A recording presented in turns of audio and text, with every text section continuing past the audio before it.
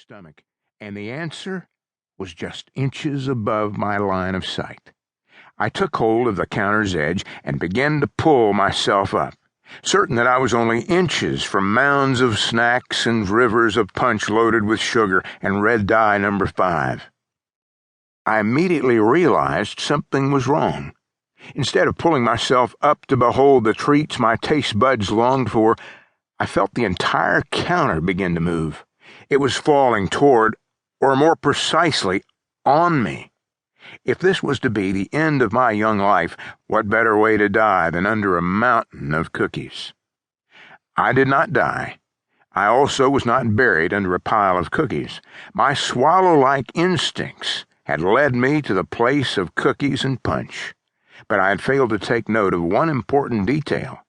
It was also the place where they had just poured many cups of scalding coffee. I remember my back hitting the floor, the counter landing on my chest, and a wave of coffee, punch, and cookies cascading over my face. I don't remember ever attending church again as a young boy. Sherry and I come from dramatically different backgrounds. I was the bad boy, the teacher's nightmare, a non-church attending beach bum from Southern California. Sherry was a good girl, a hard-working student, a twice-a-Sunday and Wednesday night church attender from a small town in western Michigan. In many ways, her life experience was the opposite of mine. Sherry's story. For me, church and life were inextricably intertwined.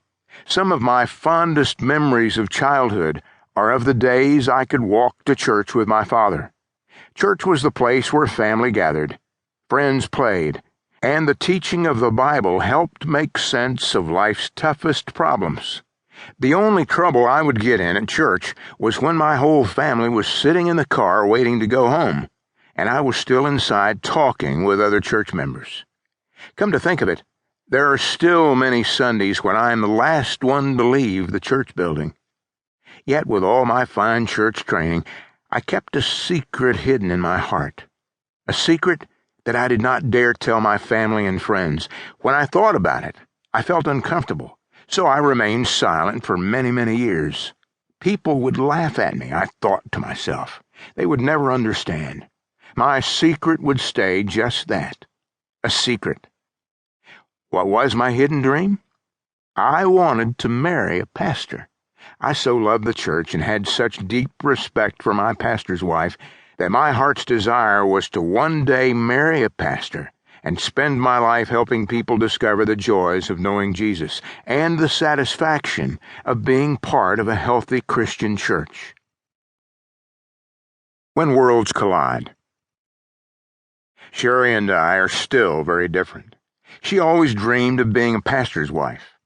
I never, in my wildest imagination, dreamed of being a pastor.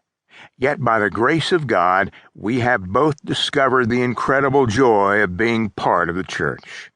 Sherry was born into the church family. I came as a troubled outsider who has been lovingly adopted. Both of us have learned that there are many churches we can really love, and that there are many wonderful churches that will love us back. The big picture. Since you're holding this book in your hands, it means one of two things has happened. You have taken the time to pick up a book whose express goal is to help you find a church you can love, or someone who cares deeply about you has taken the time to buy this book and give it to you as a gift. However this book has ended up in your hands, we believe it is not a coincidence. In the pages that follow, we want to offer you practical and fun tools for finding a church you can really love. We will do this by walking through the process with you. In part 1 of this book, we have attempted to present a clear picture of a healthy biblical church. God calls the church his bride, and he loves the church as a groom loves his radiant bride. We need to see the church through his eyes. Part 2 will help you discover how to connect with the church that is right for you.